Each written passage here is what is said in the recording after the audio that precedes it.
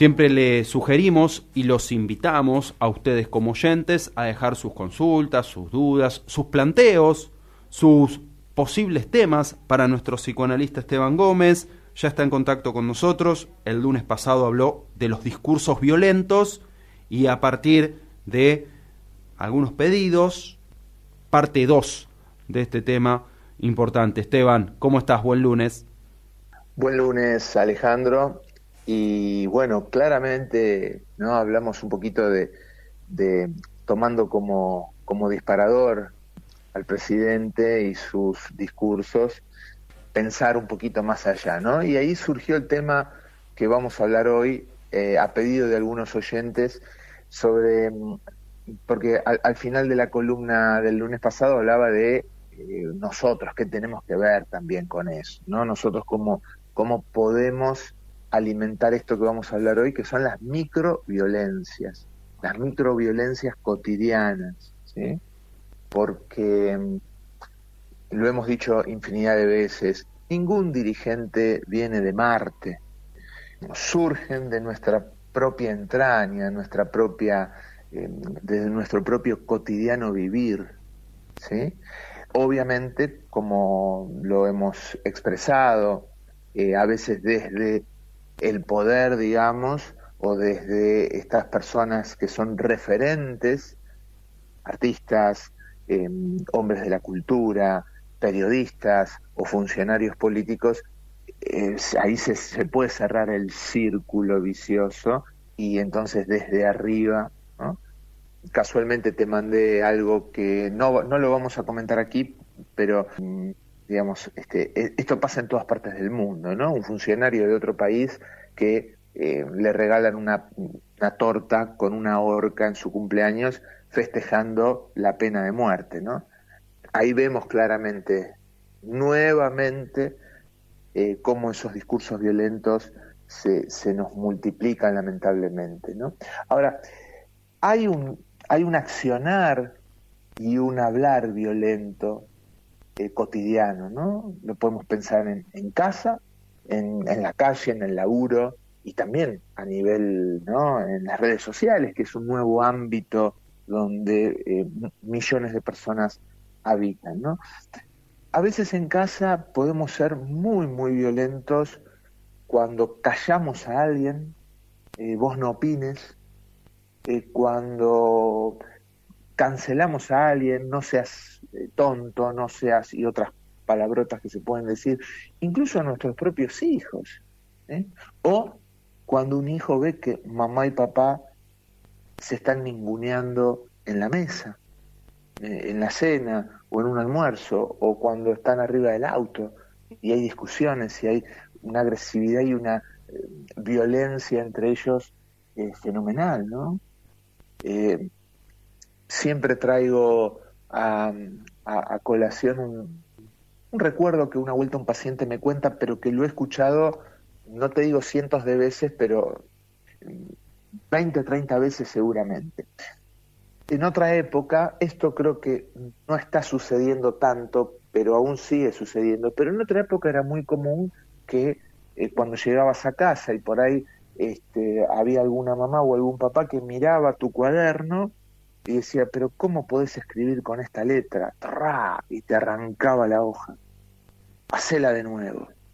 Bueno, ese gesto es muy, muy violento y termina inhibiendo al niño, ¿no? Porque vos imaginate si frente a un error o frente a lo que tu vieja consideraba un error, el accionar violento de arrancar una hoja del cuaderno y hacerlo de nuevo, esas cosas que a veces suceden y que pueden suceder con otros matices o con otros temas, son muy, muy violentas en casa, ¿no?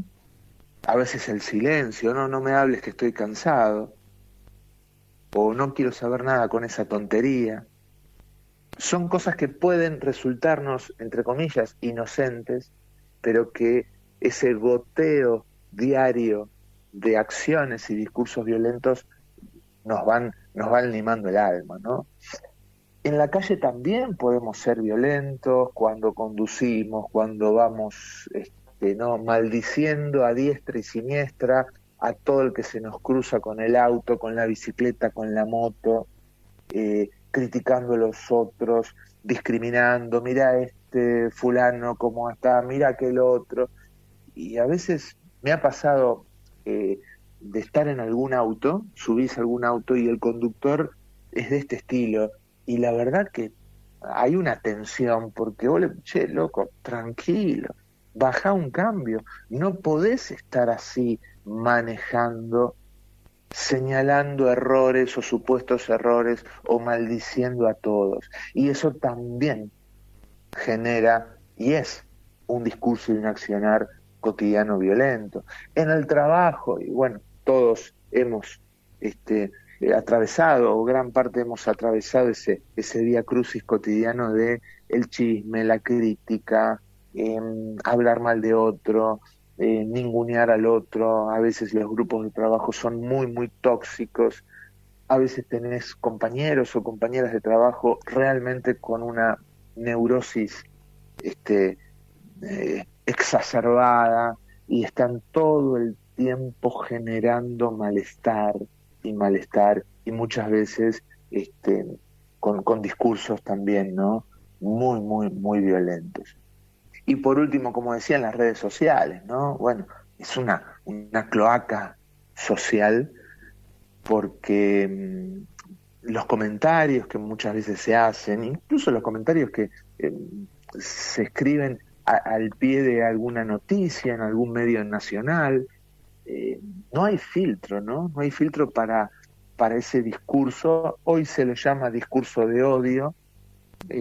Podría ser, a mí me parece que aplica más discurso violento, pero eso también va generando una realidad. Y todos estos discursos, Alejandro, que tenemos, incluso a veces con nosotros mismos, somos despiadados en la crítica o en la autocrítica, todo eso va generando una realidad, ¿no?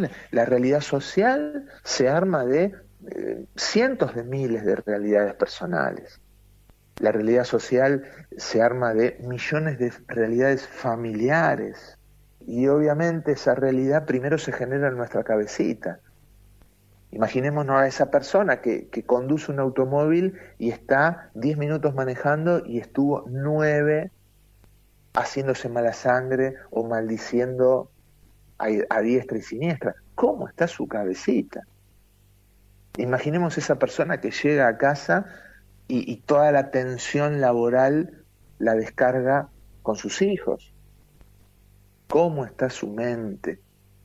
¿Cómo está su realidad psíquica? ¿Qué es lo que ve? Porque cuando vos empezás a criticar y ese grado de violencia va subiendo y los vemos en redes sociales, piden paredón, piden que vuelvan unos, piden que vuelvan otros, ¿sí? Yo esta semana realmente quedé choqueado porque, ¿no? Realmente hay muchísima gente que está pidiendo que vuelvan los 70 de un lado y del otro, ¿eh? Esto es lo que más me sorprende. Digo, eso va generando una realidad entre nosotros, una realidad colectiva muy, muy tóxica, ¿no? Nuestros vínculos se vuelven violentos, violentos en esencia, porque el otro es amenazante, el otro es un enemigo, y ves al diferente y lo empezás a realmente a querer exterminar, ¿no? Como esta persona oscura que celebra su propio cumpleaños, celebrando, ¿no? con una horca en su torta de cumpleaños, celebrando la pena de muerte, ¿no?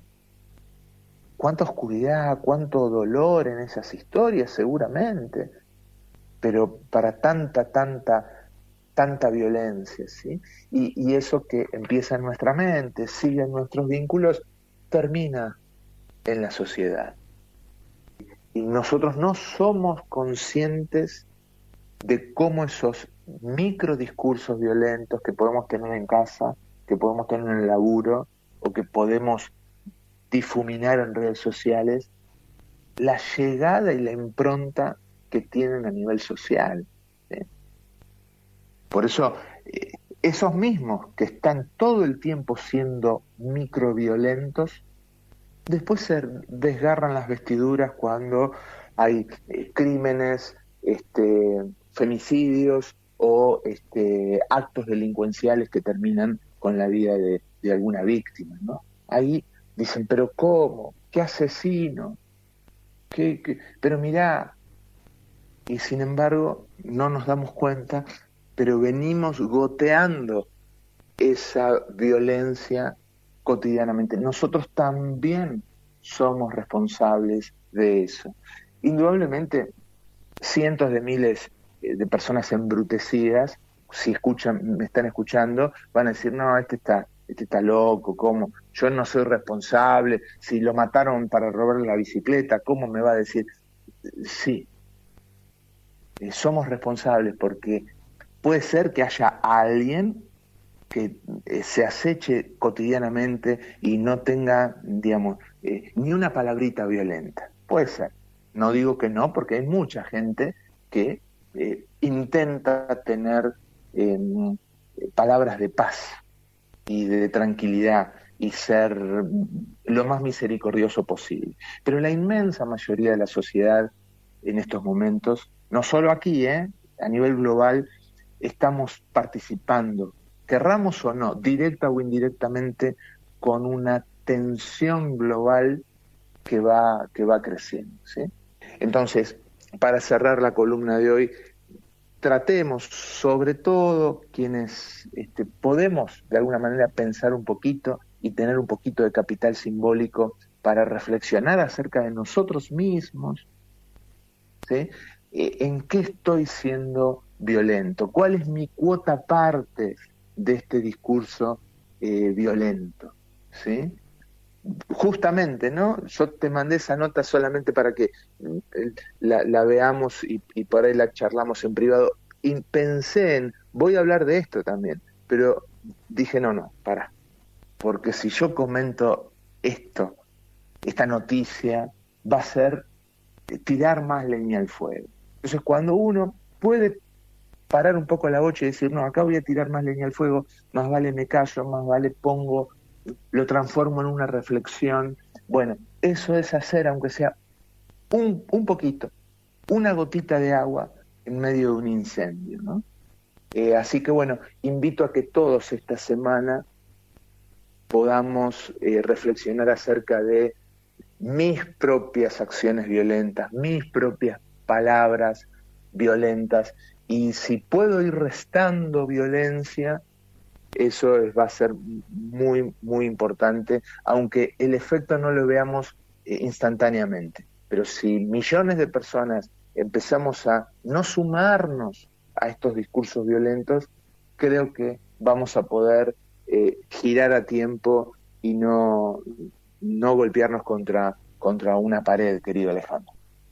Muy bien, querido Esteban, un abrazo grande, nuestro agradecimiento, y el lunes próximo retomamos, por supuesto. Retomamos el lunes próximo, vamos a hablar de el futuro del trabajo, ya que la semana pasadita, o ahora, festejamos hace días el Día del Trabajador. El lunes que viene vamos a empezar a hablar un poquito del futuro del trabajo, la inteligencia artificial y la que se nos viene ahí también, querido Alejandro. Bueno, interesante, obviamente, muy, muy actual. Un abrazo, buena semana. Gracias, chau, chau.